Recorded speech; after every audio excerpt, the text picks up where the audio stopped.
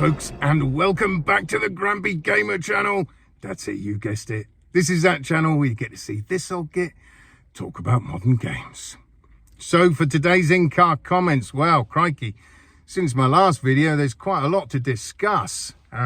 Straight away, in the last few days, we've had it confirmed that 4 Xbox exclusives are coming over to the PlayStation.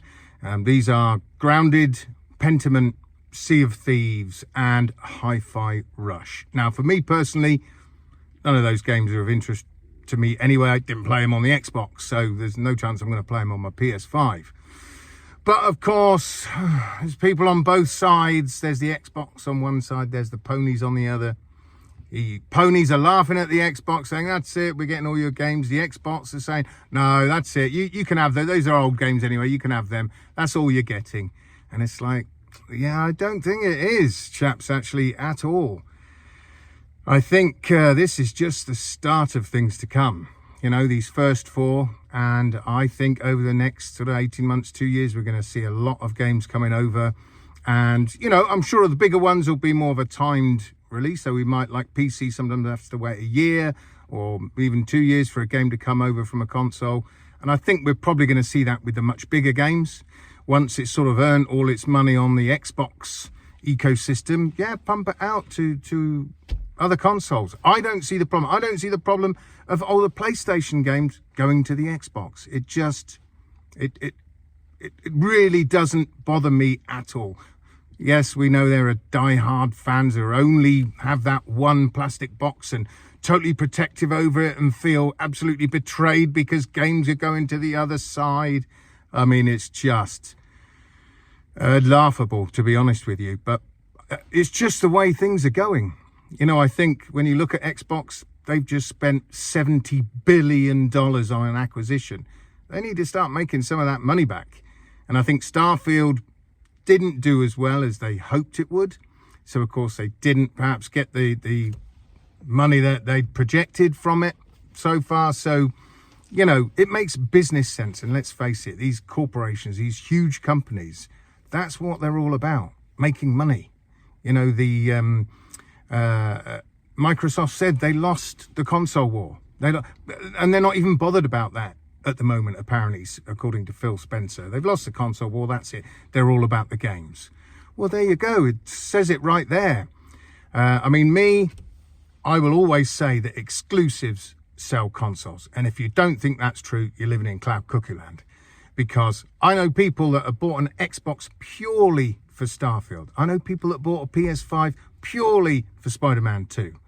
So exclusives do sell consoles. But like I say, the world of gaming is changing. It's in a very turbulent time at the minute, not knowing which way it's sort of going. So yeah, like I say, I think we're going to see a lot of changes. I think we're going to see a lot of Xbox games making their way over to the PlayStation, although a lot of people don't like that idea. Now, on to the next thing. There's a game, if you can call it a game, Stranger Things VR. I've got to talk about this briefly because I would say 100% stay the heck away from this game. Whatever you do, especially at the minute. I mean, even if I don't know how they'd fix it, but even if they fixed it, I probably still wouldn't play it. It's everything I've read, everything I've seen, people talking about reviews, etc. That it's no good. It's dire. You know, a lot of people said it's boring. It didn't make sense. They don't know why they're doing certain things, even though they followed the TV series. Some of it, they said, oh yeah, some of it makes sense. Rest of it, not. It's janky. It's broken. So I would say stay well away. I'm not touching it, like I say, with a 10-foot barge pole. So if you do buy this game, well, at your own peril. Definitely at your own peril. Now, obviously yesterday was the PSVR2's first birthday. So I just wanted to talk about that briefly. What can I say about the PSVR2 on its first year? Personally, I think it's done great, to be honest with you. Yes, there have been some turkeys released on the system, namely one which I was really looking forward to, which was Hellsweeper. I was really looking forward to that game. I've played it quite a lot.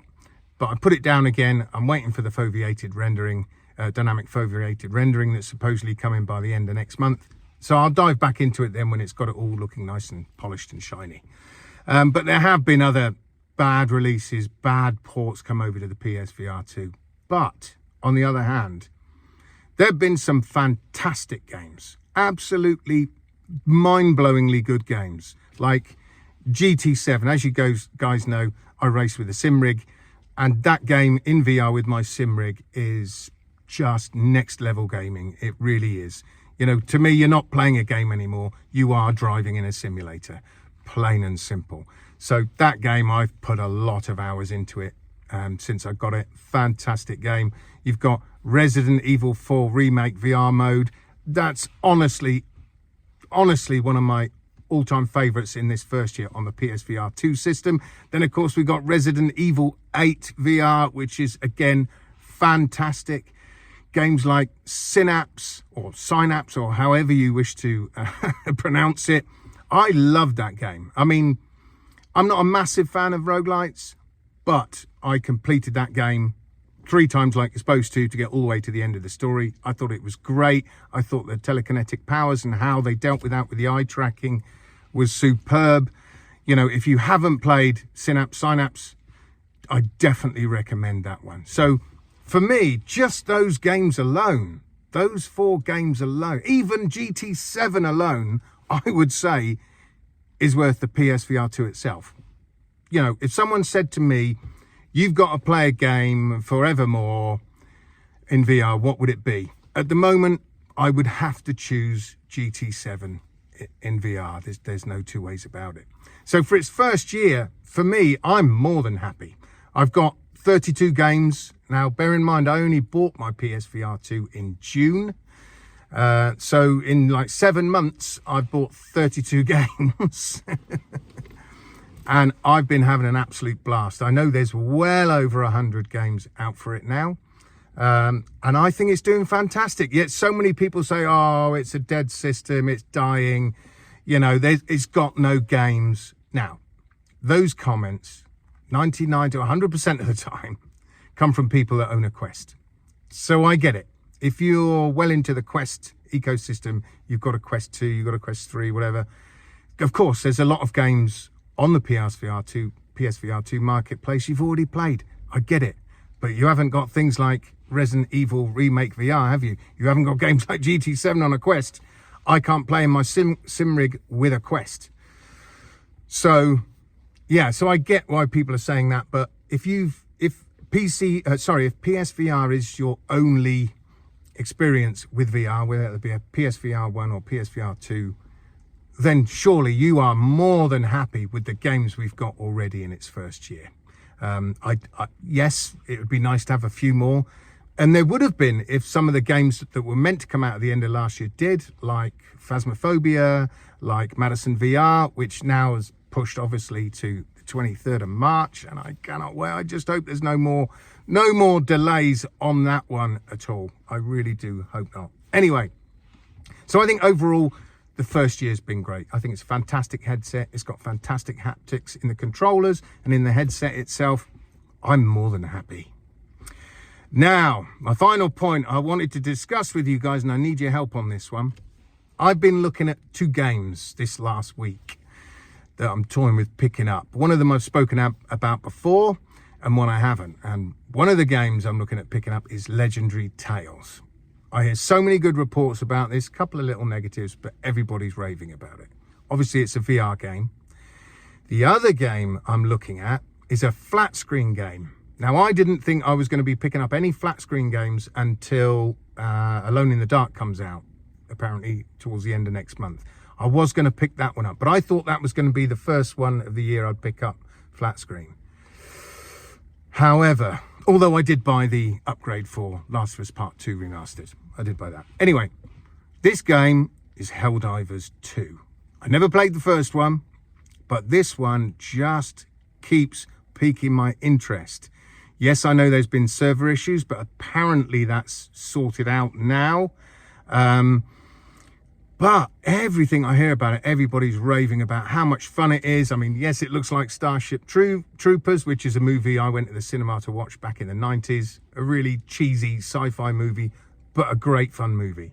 And this basically looks very much along those lines. So I need your help in deciding which one do I go for this weekend. I'm only going to pick up one for the weekend. Which should it be? Should it be Legendary Tales VR, or should it be Helldivers 2? Now, let me know down in the comments, guys. Let's get a bit of a vote going and see which game wins. And whichever game wins, I'll choose that game. So it's up to you guys to help me. Now, obviously, anything else I've spoken about today, please leave your comments down in the comments. So until next time, folks. Oh, before I go, don't forget to like and subscribe if you haven't already. And also share my video if you know anybody who might be interested in my nonsense content. So until next time, I shall see you guys on the other side. Adios.